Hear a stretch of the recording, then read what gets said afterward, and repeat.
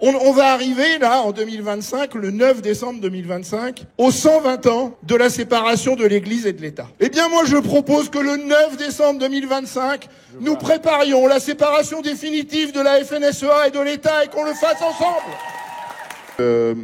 Sur la CMP, moi je ne suis que suppléant, puisqu'il y a 14 titulaires, 7 sénateurs, 7 députés, mais moi je ne suis que suppléant.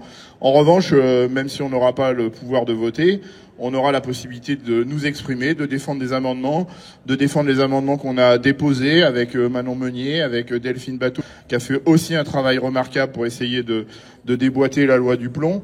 Et donc voilà, on va essayer de faire ça. Mais pour être complètement honnête, et je ne sais pas si Aurélie va être d'accord avec moi, mais je pense que la CMP va être difficile et qu'on va avoir du mal à faire bouger ce texte. Et donc c'est les étapes d'après qui vont compter. C'est les étapes d'après parce que derrière cette commission mixte paritaire, il va y avoir un vote solennel. Chez toi, Daniel, le 2 juillet au Sénat et chez nous à l'Assemblée nationale le 8 juillet.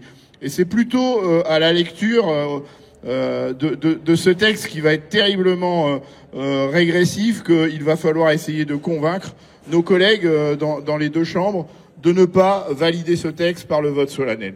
Et puis il y a le travail potentiel après encore ce vote solennel, si toutefois on n'arrivait pas à le faire tomber à ce moment-là, qui va être les travaux au Conseil constitutionnel, c'est-à-dire que le Conseil constitutionnel peut-être invalider ce texte, et j'en veux pour preuve que pour la loi d'orientation agricole, qui paraît-il devait permettre de sortir l'agriculture de la crise économique dans laquelle elle est, alors qu'il n'y avait absolument rien sur l'agriculture, tout comme la loi du plan, il n'y a absolument rien sur le revenu des agriculteurs, eh bien la saisine du Conseil constitutionnel avec ma collègue Mathilde Digné et Manon Meunier, je ne sais pas si elles sont là, nous a permis de se faire entendre au Conseil constitutionnel et donc de réussir à déboîter 13 des 14 articles du Sénat qui dans cette LOA étaient déjà un texte de régression important pour l'agriculture.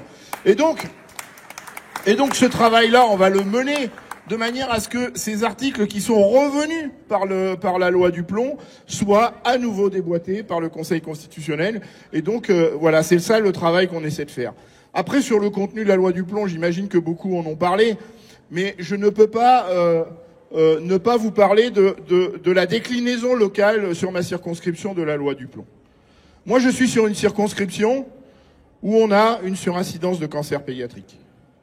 Eh bien, je vous assure que quand vous êtes député sur cette circonscription et que vous rencontrez des parents qui ont quitté la ville pour protéger leurs enfants, pour leur proposer un cadre de vie plus propre, plus pur, plus sain, paraît-il, et qu'ils viennent vous voir à votre permanence pour vous dire « nos enfants attrapent des cancers », et que depuis 8 ans, les statistiques officielles, l'ARS de la région, dit qu'effectivement, il y a probablement un lien fort entre la présence de pesticides sur cette plaine céréalière qui exporte des céréales via le port de la Palisse de La Rochelle et l'émergence de ces cancers pédiatriques. Eh bien, moi qui suis agriculteur, tu l'as dit, je suis cumulard, je suis agriculteur, je suis aussi scientifique, agronome, eh bien, je pense que c'est notre devoir, et nous devons le faire ensemble, c'est notre devoir de convoquer le principe de précaution. C'est-à-dire que quand on a autant de faisceaux de preuves qui montrent qu'il y a un lien entre les pesticides auxquels on est exposé et l'émergence de ces cancers, on doit convoquer le principe de précaution. Et quand des agriculteurs, dont je fais partie, mais je suis loin d'être le seul, font la démonstration qu'avec des pratiques agronomiques, on peut faire autrement, sans menacer la souveraineté alimentaire, sans menacer non plus le revenu des agriculteurs, c'est même l'exact inverse. Ce qu'on nous dit depuis quelques années maintenant, c'est que ceux qui font référence à l'agroécologie s'en sortent nettement mieux que les autres. Eh bien, nous devons, sur ces deux pieds-là, convoquer le principe de précaution et dire c'est possible sans menacer la souveraineté alimentaire. Et puis, pour être complètement honnête avec vous, parce que j'ai aussi été député européen et que j'ai côtoyé des études scientifiques qui parlent de cette souveraineté alimentaire. Eh bien, tous les scientifiques nous disent aujourd'hui que ce qui menace la souveraineté alimentaire sur le continent européen, c'est pas la disparition d'un pesticide, c'est pas la disparition d'un néonicotinoïde, c'est pas non plus la disparition d'un engrais de synthèse, c'est l'effondrement de la biodiversité que ces pesticides continuent de foutre par terre, et c'est le dérèglement climatique. Et donc, si les agriculteurs veulent se sauver, si on veut sauver la souveraineté alimentaire, nous devons choyer cette biodiversité, nous devons nous attaquer frontalement au dérèglement climatique. Il n'y a que comme ça qu'on se sauvera, il n'y a que comme ça qu'on sauvera l'agriculture. Pensez-vous qu'on pourra produire des grains, des fruits, des légumes si on n'a plus de pollinisateurs pour visiter les fleurs? Et donc c'est ça l'enjeu du développement agricole de demain, et c'est ça qu'on doit porter, et donc qui doit nous motiver pour faire tomber la loi du plomb. On va arriver là en 2025, le 9 décembre 2025, aux 120 ans de la séparation de l'Église et de l'État.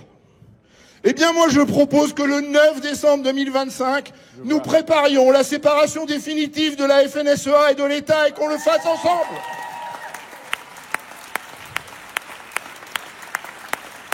Et je propose autre chose. Et ça me paraît important de vous dire ça, parce que vous êtes très nombreux ce soir, ça fait chaud au cœur, c'est même émouvant, parce que nous on est fatigués, on est un peu épuisés, n'est-ce pas Aurélie? Et donc quand on est épuisé, on est peut-être un peu plus émotif, et donc j'ai beaucoup d'émotions à vous voir aussi nombreux ce soir. Et moi j'ai l'humilité de vous dire que on va tout mettre en œuvre, n'est-ce pas Manon? On va tout mettre en œuvre pour essayer de faire tomber du plomb.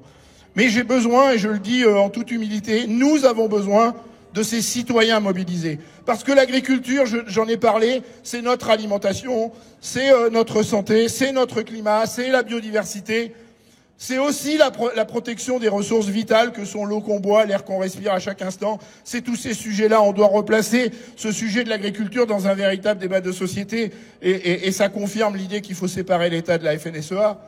Mais moi, j'ai l'humilité de vous dire que on a besoin de votre mobilisation citoyenne, parce que grâce à votre mobilisation citoyenne, nous allons devenir les meilleurs alchimistes du monde, et nous allons transformer du plomb en or.